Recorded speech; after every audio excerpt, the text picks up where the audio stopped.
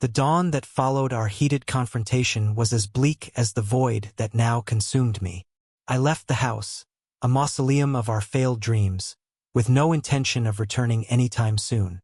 Every step away from that suffocating past felt like a desperate bid for liberation. Yet every memory, every echo of Ashley's venomous words, relentlessly pulled me back. The relentless patter of rain on the windshield during my aimless drive only deepened the hollowness inside me, as though the skies themselves mourned the death of what I once believed in. In the quiet solitude of the early morning, my thoughts circled back to that infamous declaration, a line forever etched into my soul. My wife didn't book a room for me on our vacation trip. Her friends mocked. We reserved rooms only for the elites. We are the only important people. I calmly said, then I will leave, and walked out. Hours later, after ignoring dozens of their calls, something unthinkable happened. Those words, once just a cold recount of a slanderous event, now cut through me like a razor. Ashley's arrogant indifference in that moment, her outright dismissal of my presence, had been the first chisel that began carving away at my self-worth. I realized, with a painful clarity, that I had been nothing more than an accessory to her grand, self-important charade. I found refuge in a nearly forgotten diner on the outskirts of town. The neon lights, garish against the gloom of the rainy morning, flickered like the remnants of a life I no longer recognized. I sank into a battered booth, its vinyl cracked from years of use, and stared blankly at the menu. It was as if every item whispered a promise of normalcy that had long since evaporated. The kindly waitress, Jessica, a warm soul who had served me countless cups of coffee over the years, noticed my desolation. Her soft-spoken, "Are you all right, Michael?" barely registered as I murmured a half-hearted reply, too lost in the labyrinth of my thoughts to offer more than a nod. The day unfolded in a surreal haze. Every buzz of my nearly obsolete phone, which had miraculously survived the previous night's wrath despite the shattered remnants of its screen, was a cruel reminder of Ashley's betrayal. Each vibration seemed to echo the taunting rhythm of her laughter, the haughty sneer that had punctuated our last encounter. I felt caught in a maelstrom of raw emotion, unbridled anger, soul-crushing sorrow, and an unexpected ember of defiant determination. In the midst of this inner turmoil, the unpredictable world outside offered its own shocking twist. While I sat, grappling with my inner demons, an urgent call came from David, an old friend from college whose concern was as genuine as it was timely. His voice, layered with sympathy and unspoken memories of our youthful camaraderie, cut through the oppressive silence of my thoughts. "Michael, I've been trying to reach you. I heard about what happened. I'm so sorry, man." His words, sincere and raw, jolted me from my stupor. We talked for what seemed like hours, about the weight of betrayal, about self-worth, and about the unsettling realization that I had allowed myself to be diminished by someone I once trusted implicitly. David's voice was the first lifeline in a sea of despair. Even as he gently reminded me that my worth was not measured by someone else's venomous standards, I could not shake off the bitterness that clung to every fiber of my being. I remembered all the times Ashley, that unrepentant, bitchy scoundrel, had belittled me. Not just in our private moments, but publicly, as if to parade her superiority. I recalled the casual cruelty of her dismissals, the way she had derided our shared memories, and the shocking ease with which she had abandoned the promises of our marriage. Torn between a desire to succumb to despair and an emerging need for self-reclamation, I sought solace in solitude. I drove until the city lights gave way to the quiet, less judgmental outskirts, where silence was the only constant companion. There, parked under the indifferent glow of a street lamp, I allowed myself to cry, to mourn not only the collapse of a marriage but the loss of a future that had once gleamed with promise. Each tear was a silent testimony to the betrayal that had shattered my heart into innumerable fragments. As the night deepened, so did my introspection.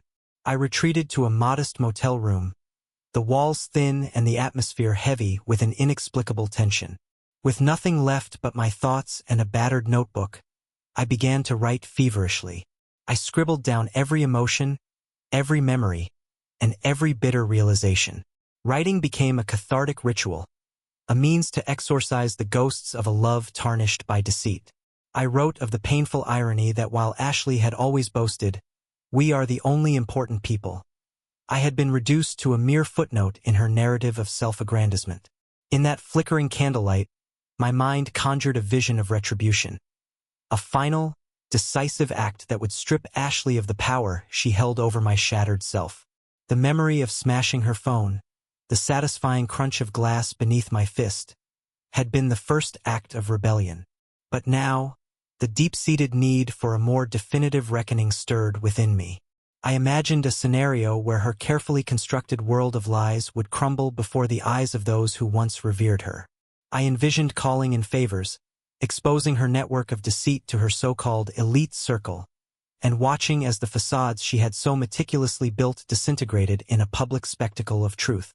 The thought was as intoxicating as it was terrifying. A promise of justice not just for me, but for every soul she had callously trampled.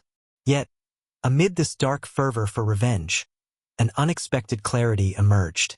It wasn't enough to simply destroy her image. I had to reclaim myself. The anger, as searing as it was, began to give way to an understanding that true liberation lay in rebuilding my identity, not in perpetuating the cycle of bitterness. I recalled the words of David, echoing softly in my mind, and realized that the path to healing was fraught with painful choices. I needed to sever the toxic ties that had long bound me to a woman who reveled in her own self-importance and disregard for my humanity. Before sleep finally claimed me, I scribbled one final thought onto the page. I will rise from these ashes, not as a man defined by betrayal, but as one reborn through the fire of truth. The pages of my notebook were filled with the raw honesty of a wounded soul, each sentence a step toward redemption, and a quiet vow that I would no longer be the victim of someone else's cruelty. As the first light of dawn crept through the threadbare curtains, I felt a tentative shift within, a fragile but undeniable spark of hope. My heart, though still scarred, began to beat with a renewed rhythm. In that moment of profound solitude, I resolved that this emotional descent was not the end of my story, but the beginning of a journey toward reclaiming my dignity, self-respect, and ultimately, my freedom from the chains of Ashley's lies. I knew the road ahead would be filled with sudden twists and painful truths, but for the first time in a long while, I was ready to face it. The pain of betrayal was a heavy burden, yet it also became the forge in which a new, stronger me would be shaped. And as I closed my eyes that morning, the promise of a future unburdened by deceit, laced with the possibility of redemption, softly echoed in the silence of my room. In the weeks following that fateful night of shattered glass and shattered illusions, I found myself standing at a crossroads. I was no longer the man who had passively swallowed each lie and endured every biting remark.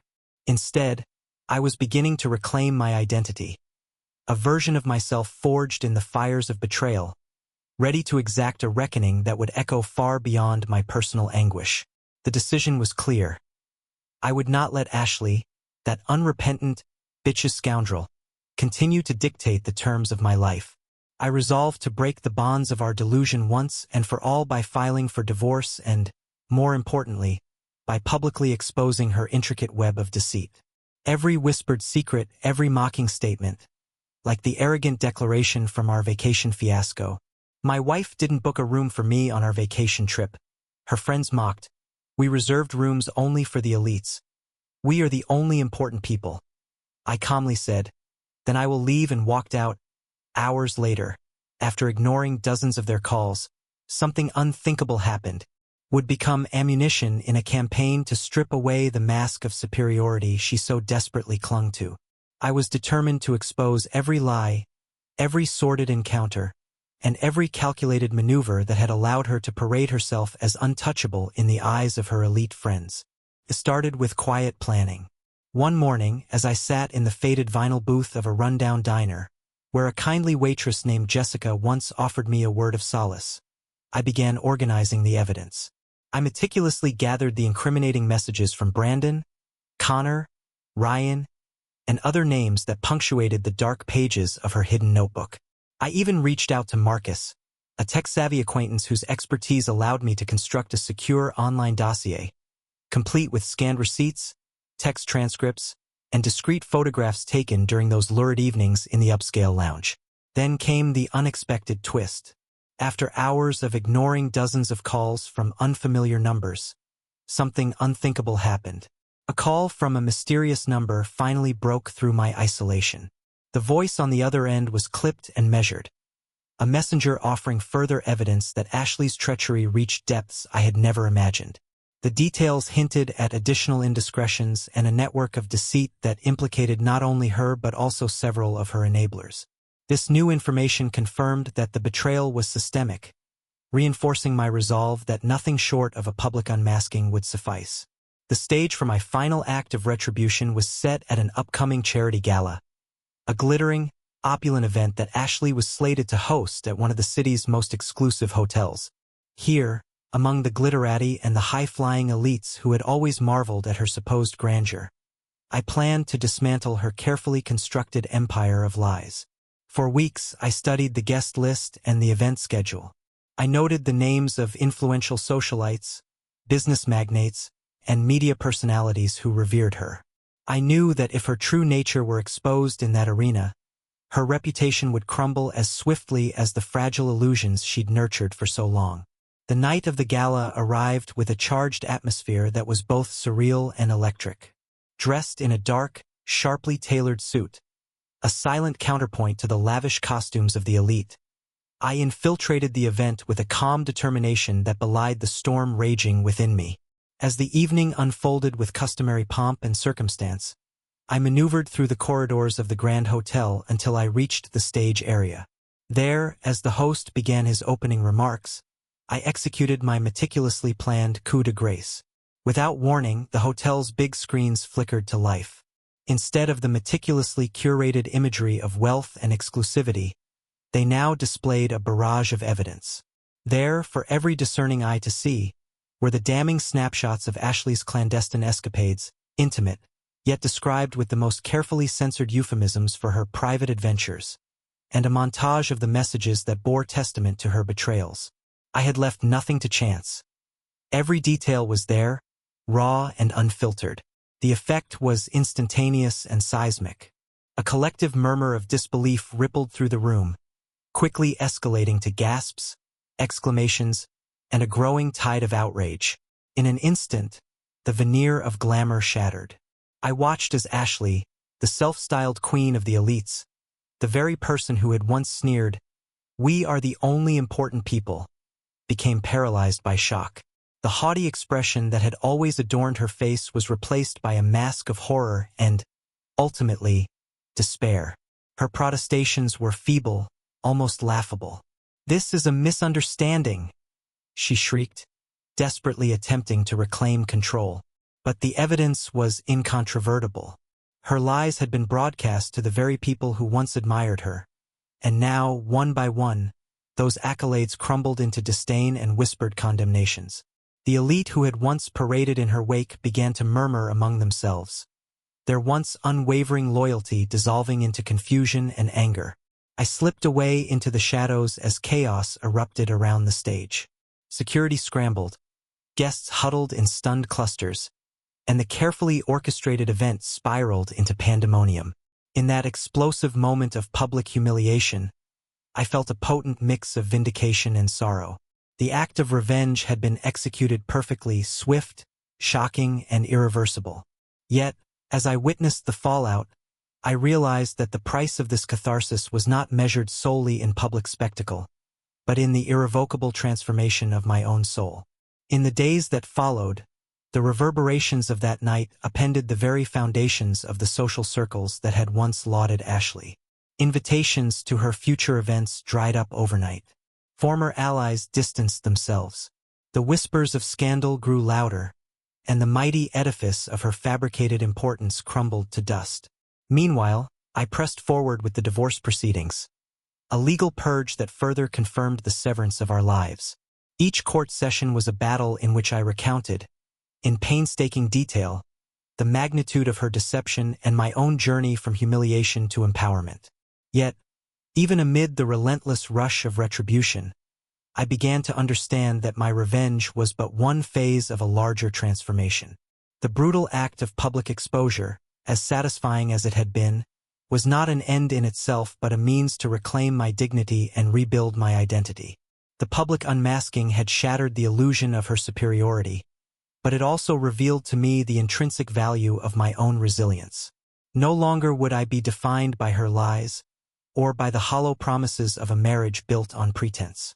Sitting alone in my modest new apartment, a far cry from the opulence I once shared with her, I reflected on every sudden twist that had brought me here.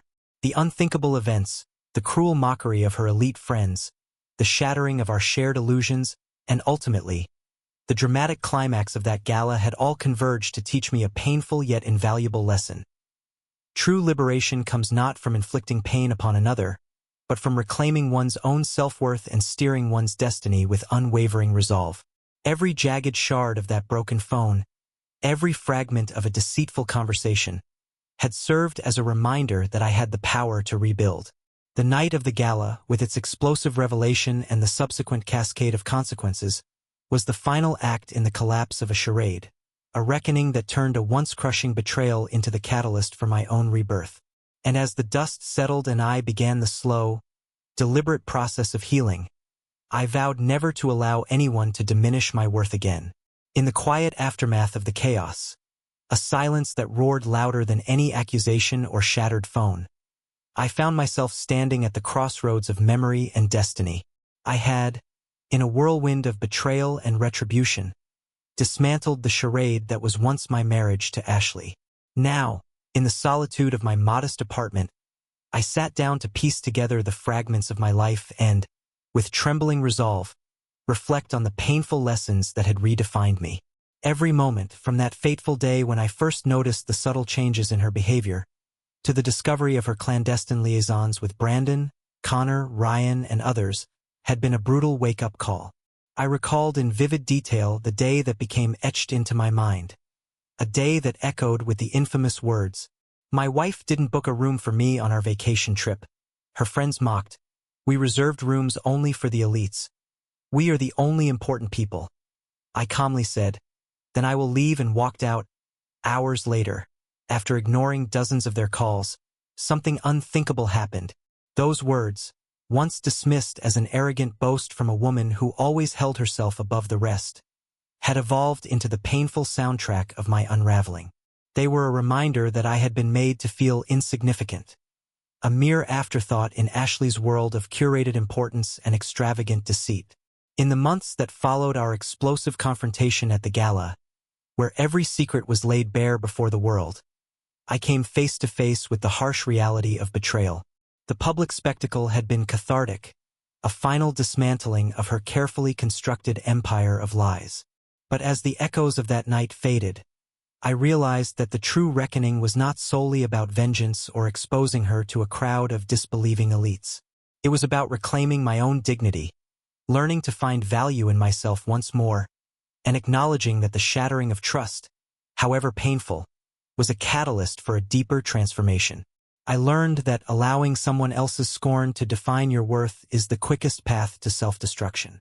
I had spent years downplaying my own needs, tolerating Ashley's callous disregard and arrogance as if they were minor flaws in an otherwise perfect arrangement. The bitter irony of her statement, "We are the only important people," now rang hollow against the backdrop of my newfound clarity. I came to understand that true importance comes not from the status we project or the approval of a self-appointed elite, but from the courage to stand by your truth, even in the face of humiliation and betrayal. There were nights when I would lie awake, haunted by the memories of her sneering dismissals and the venom in her every word. I often wondered how I could have been so blind to the signs that she was never truly committed to our shared dreams. In those quiet hours, I resolved to never again let my self-worth be determined by another's capricious whims. I realized that every lie, every act of disrespect, was not a reflection of my inadequacy, but a mirror of her own desperate need for control and validation. In conversations with friends like David and even with acquaintances like Marcus, I learned that healing is neither linear nor swift. It's a process, a gradual reawakening where each painful memory is acknowledged, processed, and ultimately transcended. I found solace in writing, pouring out my heart onto blank pages that slowly became a testament to both my suffering and my resurgence. With each word, I reclaimed a little more of the man I once was, a man capable of love, yes, but also of resilience and self-respect. I began to see my journey as a lesson not just in personal endurance, but in the power of authenticity. I learned that it's essential to recognize and confront toxic behavior before it erodes the very foundation of your soul. To anyone who finds themselves drowning in the wake of betrayal, I offer this advice. Never sacrifice your self-worth for the fleeting approval of someone who sees you as a mere accessory to their own ego. Trust your instincts when you sense something is amiss, and remember that silence in the face of injustice only empowers the wrongdoer. The path to liberation is often littered with sudden, unexpected twists. A shattered phone, a gala-turned catastrophe, a call that unravels deeper conspiracies of deceit. But it is precisely in these moments of upheaval that one must cling to the truth of who they are. I now stand as living proof that even the deepest wounds can lead to a rebirth. The pain of betrayal, though raw and indelible, has become the forge in which my new self is being shaped. Looking back, I no longer see the past as a series of misfortunes, but as stepping stones towards a future defined by honesty, integrity, and the unwavering belief in my own worth. I have learned that revenge, while momentarily satisfying, is secondary to the ultimate triumph of reclaiming one's life. True victory lies in rising above the pettiness and cruelty of those who sought to belittle you. So, if you ever find yourself entangled in a web of deceit, where the person you trusted reveals their true, vindictive colors, remember this. Your pain is valid, your anger is justified, but above all, your life is too precious to be dictated by someone else's distorted sense of importance. Stand tall, speak your truth, and let every shattered illusion be a testament to the strength that resides within you. As I pen these final words, I feel a quiet resolve wash over me.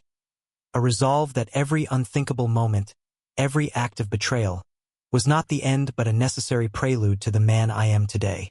With each sunrise, I awaken not as a victim of past transgressions, but as a warrior ready to face a future unburdened by the weight of someone else's lies. And in that rebirth, I find a hope that is unyielding, a hope that reminds me that the journey towards self-respect and genuine fulfillment is one that begins with the courage to let go and the determination to rebuild.